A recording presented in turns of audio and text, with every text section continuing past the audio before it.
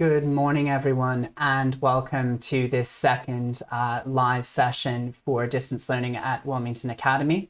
This session is mainly designed to talk about communication, so getting a hold of us at the school, either from the student perspective or from the parent perspective. And we want to leave lots of time for your questions as well today. So primarily that's what this session is for. If you do have any questions at any point in time, please use the YouTube live feature, the live chat feature, to ask us those questions. I have some of my colleagues standing by to answer those as we go through, and I myself will also take a look at that. And if there's something that I think needs to be addressed towards the whole session, then we'll do that there as well. So without further ado, what I'd like to do is to talk about where you can find some of the information in terms of seeing what's going on at the school. The main page for the moment while we are working from home is our home learning page. On that page, we will post the latest updates. So, for example, those year group bulletins that will be sent out to parents every 2 weeks, those will be posted on this website. You'll also have some information, for example, about home learning from Mr. Gore in his recent principal's letter, as well as information on shared devices and the government device scheme as we start to roll that out. And then if you scroll a little further down on that page, there'll be our latest news and information. As soon as we have information to send out to you, this will be one of the places that we will put that to make sure that everyone has access to it. Within this website, we've also created a section specifically for parents and guardians. And a lot of this is covering some of our common questions that we have that come into the distance learning team. So this is things like how to complete the new digital registration process, how to sign into Chrome if you're someone who shares Chrome between different users. This tells you how to do that. There's also, towards the bottom of the page, the common logins that students are using, and that information is there. This isn't an exhaustive list, but hopefully it might help to resolve some of those questions if you do have them. From this page as well, you'll find information on how to contact the distance learning team or specific class teachers, and I'll go through that in just a few moments. There's also information on Accelerated Reader as well as the My On Reading site. So students have information on how to log in to access their books and to continue quizzing and reading during this time. Ms. Kennedy, our wonderful librarian, is also putting together some information on live events that are going on or book readings that are happening as well, hopefully to encourage a love of literacy across all of our students. And finally, under the Other Resources section, we have collated a list of resources that hopefully you might find interesting in terms of the various things that you might need to do. So there are some resources just generally from the BBC, for example, or for other educational settings. There are also some subject-specific resources that have been posted here as well. So if your son or daughter is looking for something specific, they'll be able to find it there. I want to discuss now in terms of some of the ways that you can get a hold of us at this time. As always, for general inquiries, you can use our admin at Wilmington Academy email address. For distance learning specific things, you can use dl@wilmingtonacademy.org.uk. A common thing or a common question that's come up is parents attempting to reply to the messages that are sent out via that Bromcom email address. That address doesn't actually accept responses. So if you are emailing that and then wondering why you're not getting a response, it's because it doesn't come through to us. The other thing that I wanted to talk about was within Classroom, how you can access your teachers' emails directly. And that is done through the People tab, which is the third tab in Google Classroom. There will be a list of teachers that are sharing that class or that are linked to that class. Most classes are going to have more than one teacher just so that there's a few people, a few members of staff to monitor what's going on in that classroom and to assist students if needed. But the student should still contact their main timetable teacher for that. To do that, all they need to do is click on the little envelope next to the teacher's name, and it will open an email address an email already populated with the teacher's address, so that the student can send them an email right away. The other way that students can interact with their teachers is by adding comments to specific pieces of work or specific posts within Google Classroom.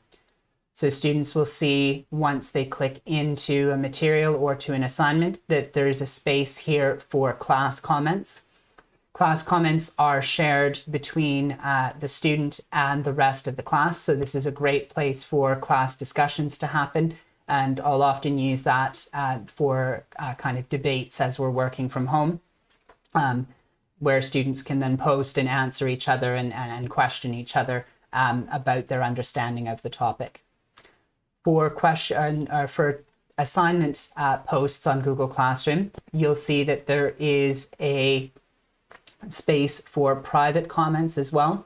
This is a comment between the student and the teacher or teachers in that class. So if there's more than one teacher, all of the teachers can see those private comments and respond to them to help the student out, but those comments aren't shared with the rest of your class. So if the student doesn't want to ask a question publicly, they can do so in the private comments here, and we'll be able to see those as teachers and to respond to them. The next thing that I wanted to discuss is from within your email, what the Google Classroom emails look like. There are a few different types of emails that come through from Google Classroom. The first is the material type email, and that will tell you that there's a new bit of information for you to take a look at. And that is something that you might have to take notes on, or you might have to incorporate into something else. There is the marked email, and this will tell you the score that you received on the assignment and take you directly to the page where you can see any comments that the teacher has made on your work.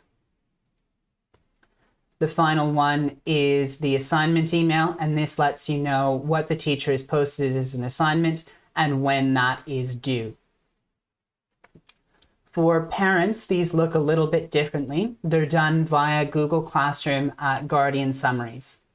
To activate this, you need to sign into your My Child at School or MCAS, and then under Parent Consent, there's an option for Google Classroom Guardian Summaries. And this is because to set these up, we need to share your information with Google, and under privacy regulations, we need your permission to do that. We have had a slight technical issue this year in terms of getting these all set up, but we are looking at a solution that looks to be in place for next week. So hopefully, if you've already given permission on MCAS, but you're not receiving those Guardian Summaries, you'll start to receive those next week. The Guardian Summaries look like this. So you'll see this is an example of a weekly summary for a student. They'll have any missing work from the previous week. You can also choose in the options to get daily summaries. And so in this case, instead of being the previous week, it would be the previous day that it would list as missing work. And then in terms of due next week, that would be replaced with due tomorrow. And that will list the work that the student needs to complete. And then class activity from last week would show you, or from yesterday, depending on the frequency you choose, will show you the posts in the various different classrooms. So you'd see in this example that the history class received an assignment and a question and a second assignment that the students needed to work on. I will give a pause for the moment to take any questions in the live chat if anyone has those. So if you'd like to ask those now, we'll stand by for those questions.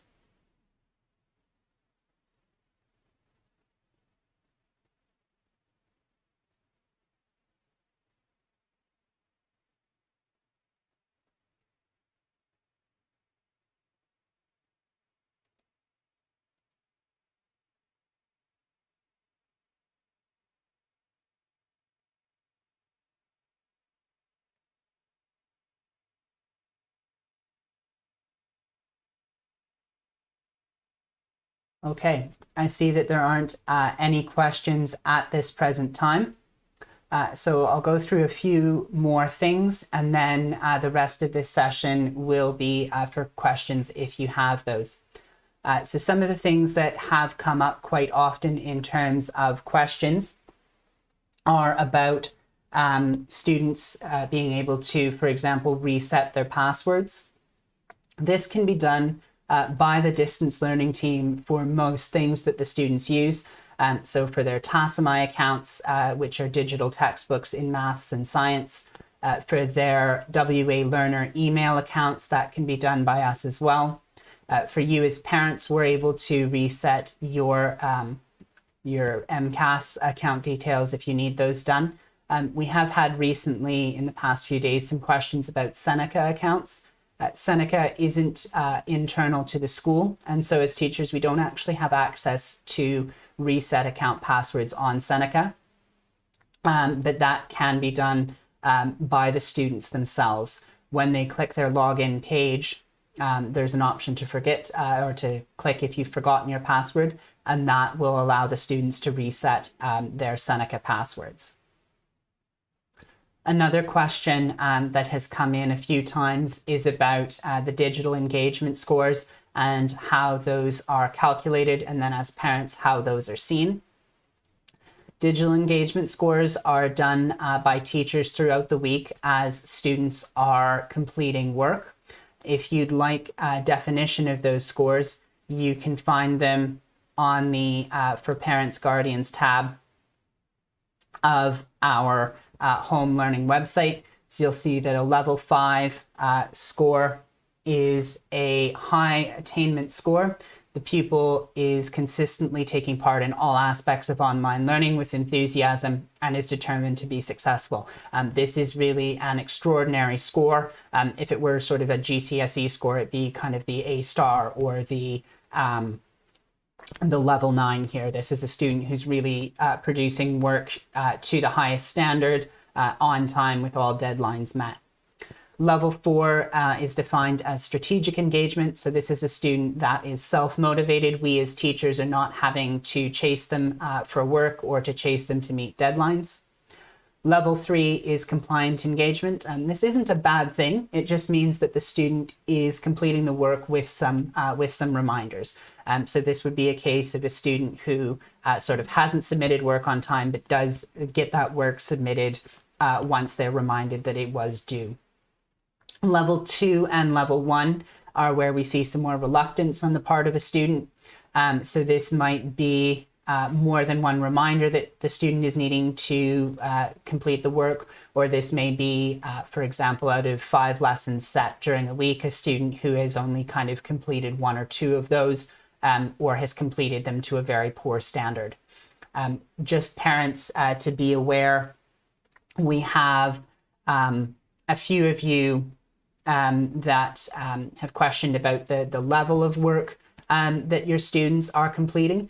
Please, as parents, don't hesitate to check that. We know that you're not subject experts, but if you take a look at an answer, for example, to an English question, and the student has written 2 or 3 words, now I'm not an English teacher myself, but I would suspect that that probably isn't what your student is capable of in terms of answering that question, nor really is it what students would be expected to produce for that. So while you may not be able to directly assess their work, hopefully you're able to take a look at it and sort of assess for quality, and that may help you to see whether the student is kind of completing what we would expect them to complete.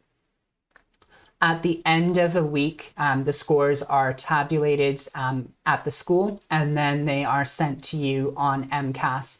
On My Child at School, you'll see a digital engagement section, and then there it will list the scores by each class. And there is a class on there that is the student's average score. And so that will give you an idea overall of the student's performance. Students are also able to see this via their Bromcom portal. And so they can access their digital engagement scores as well to see how they did in the previous week. Those will be enabled to parents generally on a Monday morning, barring any issues. At the moment, we are aware of a problem between the MCAS app and those scores, that specifically if you're using the app on your phone, it doesn't seem to be showing those scores. If you use My Child at School online, you are able to see those scores properly, and we're working with Romcom to resolve the issue in the app. I will pause here again to take any questions that may be coming through.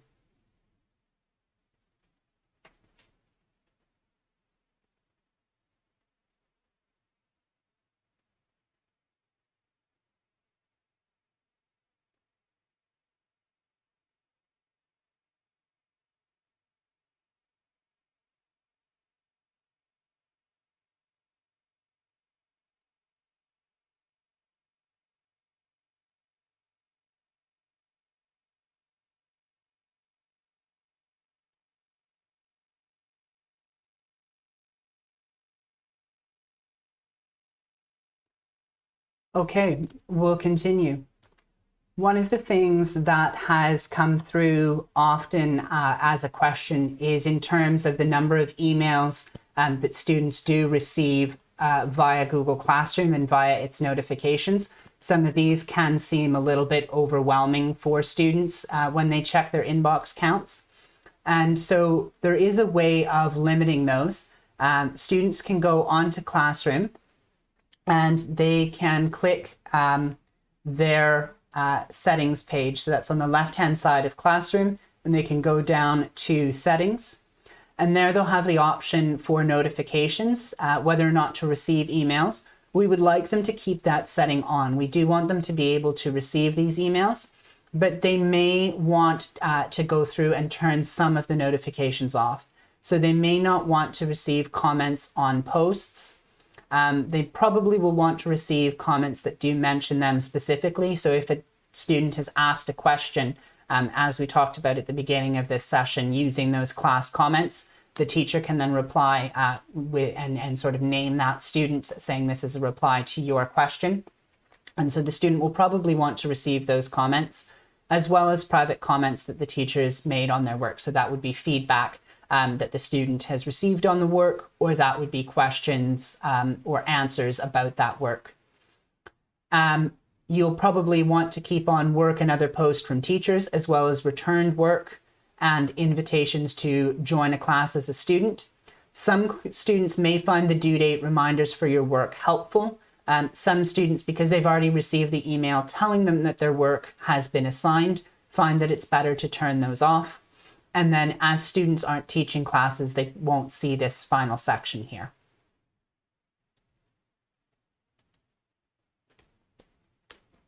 The last thing I want to talk about is going through in terms of how you can email people just generally through your school email rather than through your Classroom, that functionality as we've talked about from the People tab. So within a student's email, they have this compose button on the top left. And as they start typing a teacher's name, it will come up with students and staff at the school that match that name.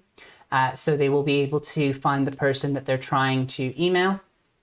And they'll be able to add the subject of that email and then to write their message to the teacher in that box. And then at the bottom, they can click the send button in order to send that email out. We've had a few questions come in about attaching documents or things to emails. Students can do that via the attach files button, which is the little paperclip at the bottom, and that will allow them to find something on their computer that they would like to attach. Or if it's a file that they have stored within their Google Drives, they can click the Insert Files Using Drive button, and they'll be able to access all of their files there and to attach those to the email before they send it off.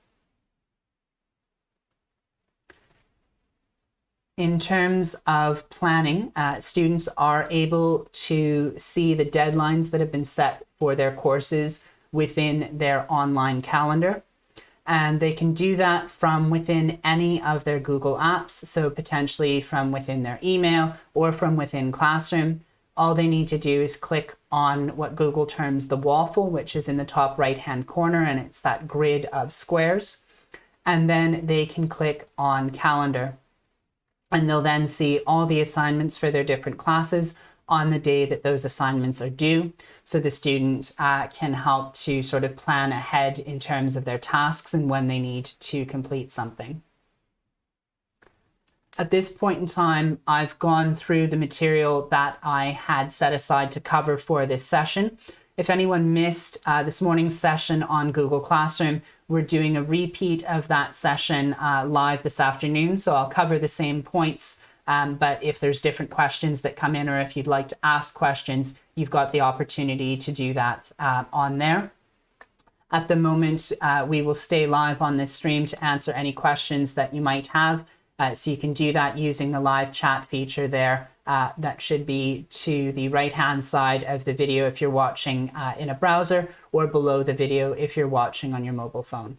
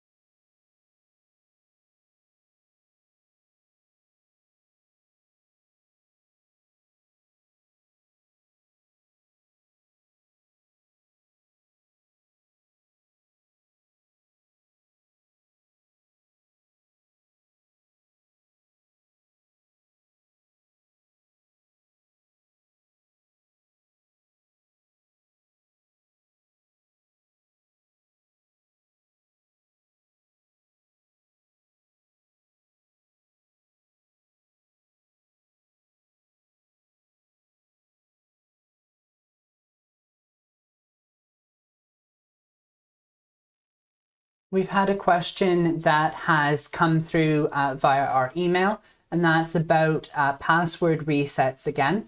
So I'll just recap that.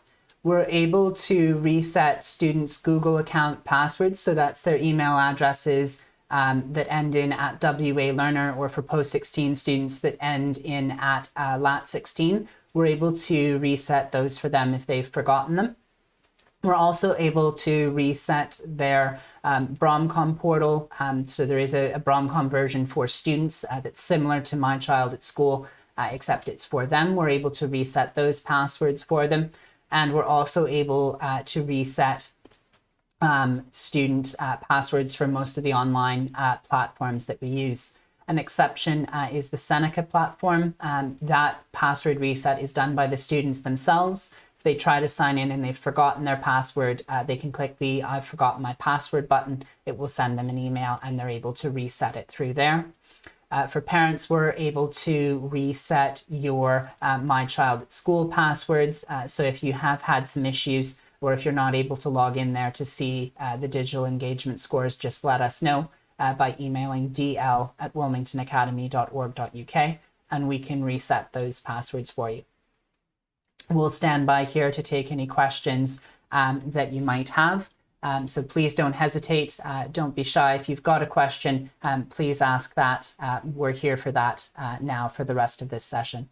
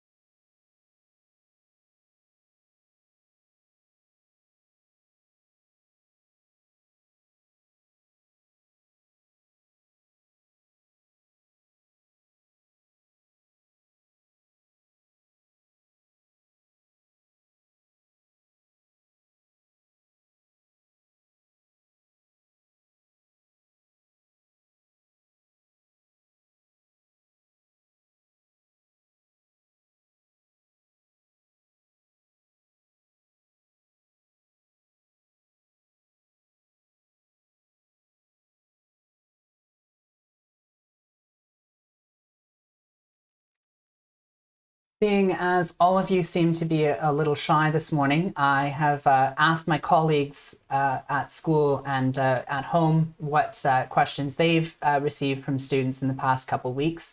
And I've got two that have come in, so I'll address those with you all now.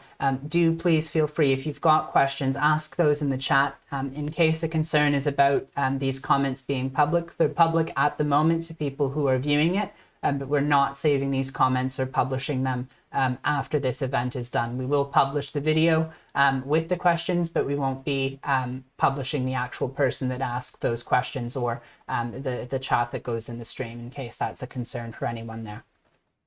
So the question that I've got from one of my colleagues has been about locating resources on Google Classroom. They've mentioned that a few of their students have felt overwhelmed about looking at material on the Classroom stream.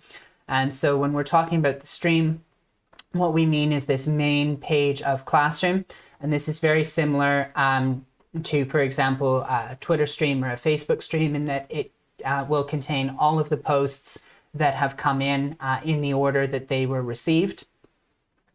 So you can see here that this could appear quite overwhelming for a student, especially if someone wasn't able to access the live learning for whatever reason last week, and then is therefore kind of jumping in now and might feel a little bit overwhelmed about this. What you can do is to click on the Classwork tab in Classroom, and that breaks this down by topic. So teachers will organize that by topic as they go through.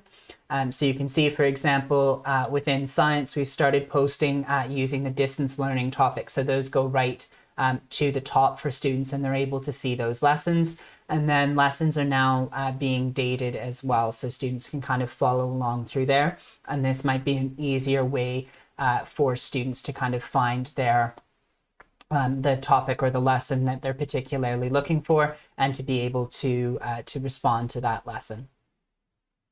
The second question that came in was in terms of the attendance and using that daily digital registration. From the home learning site, students are able to click the student portal link, and that will take them directly there. The student portal has been set as students' homepage. So any student that's using their school Chromebook, this should be the page that starts up as soon as they turn that Chromebook on in the morning. But it's also the page that will come up if they click their home button. And that's the button up towards the top left here near the back and forward buttons. So if they click that home button as a student, it will bring them directly to this page. And then they're able to complete their daily digital registration form. So if they have any concerns that they want to pass through to us, those go directly to our pastoral teams, who are standing by to respond to anything that students need help with. Even if it is class specific, we'll either direct it to the teacher specifically, or if we're able to respond to it, we'll do that right away for the student. Or if they don't have any concerns to share with us, then they can simply say that they're here for the day and all is well, and then they can carry on with their work. They've got a nice big button for Google Classroom just to the right there that'll take them straight into where they need to be for their work during the day. So once again, ladies and gentlemen, if you do have any questions, please don't hesitate to ask those. We're standing by here to answer, and quite frankly, we were expecting more questions from all of you and your inquisitive minds. So please don't be shy and do ask those.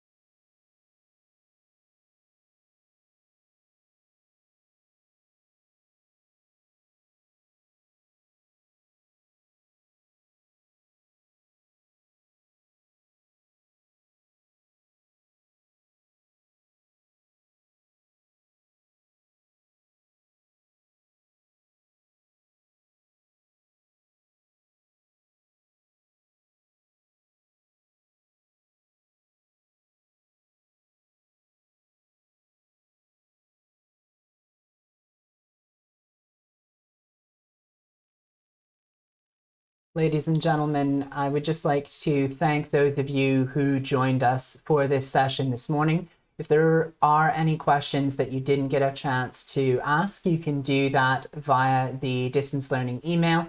So that's dl@wilmingtonacademy.org. Oh, we have a last minute question that has come in. And that question asks about how they access the weekly report about work and whether or not there are any missed submission deadlines. You can do that via the Google Classroom Guardian Summaries. So to sign up for those, you need to go onto your My Child at School page, and under parental permissions, there's an option to allow us to send your email to Google and set those Guardian Summaries up for you. And so once you've done that, what you will receive is something that looks a little bit like this. So this is an example of a weekly summary for a student. And on that summary, you'll be able to see any of the missing work for that student from the past week. Or if you're choosing the daily summaries, which is the other option that you have, then you'll have the previous day's missing work that will be shown to you there, as well as any class activity in all of your students' classes. So ladies and gentlemen, it remains to thank you all for participating this morning. If you do have questions, please email dl@wilmingtonacademy.org.uk. As well, if you haven't or if you weren't able to join us this morning for the Google Classroom session, we'll be going back through Google Classroom this afternoon live at 2 p.m. and you'll have an opportunity to ask questions at that point in time as we go through that as well. Thank you very much for your participation today, and have a wonderful day.